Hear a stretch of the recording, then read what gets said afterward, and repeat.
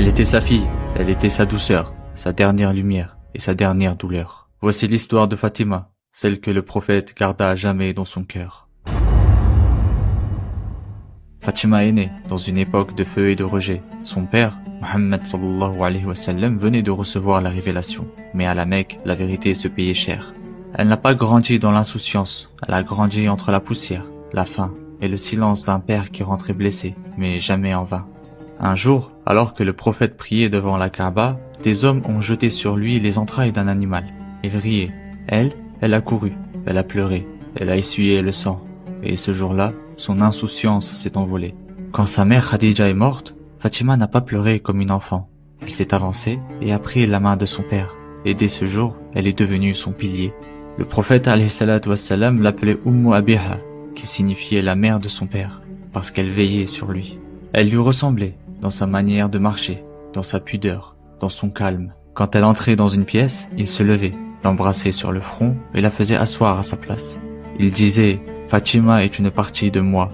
Ce qui lui fait mal, me fait mal. » Plusieurs hommes vinrent demander sa main, des hommes riches, respectés. Mais le prophète alayhi salatu wassalam disait non, pas par mépris, mais parce que Fatima ne pouvait être donnée à n'importe qui.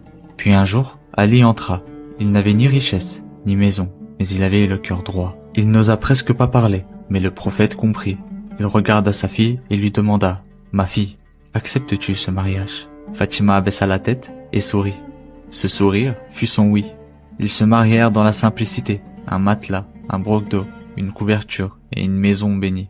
Fatima cuisinait, nettoyait, broyait le grain. Elle portait l'eau, elle lavait, jusqu'à avoir les mains pleines de douleur, mais jamais de plainte. Un jour, Ali, le cœur serré, lui dit « Va voir ton père, peut-être qu'il pourra t'envoyer une servante. » Elle y alla, mais en rentrant chez lui, elle n'osa rien dire. Plus tard, le prophète alayhi salatu wassalam entra chez eux, s'assit entre deux et leur dit avec douceur « Je vous offre mieux qu'un serviteur. » Avant de dormir, dites « Subhanallah » 33 fois, « Alhamdulillah » 33 fois, « Allahu Akbar » 34 fois. Et depuis ce jour-là, elle n'en reparla plus. Ils eurent des enfants, Hassan, Hussein, Kulthum et Zainab. Le prophète alayhi salatu wassalam passait chez eux presque chaque jour, jouait avec ses petits-enfants, riait et priait dans leur maison. Puis un jour, la maladie arriva. Le prophète alayhi salatu wassalam tomba gravement malade. Fatima le veillait jour et nuit. Elle pleurait doucement en le regardant et disait « Oh père, comme tu souffres !» Et lui répondait « Ma fille, après aujourd'hui, ton père ne souffrira plus jamais. » Il la fit approcher, lui murmura un secret et elle pleura. Puis il lui dit autre chose et elle sourit.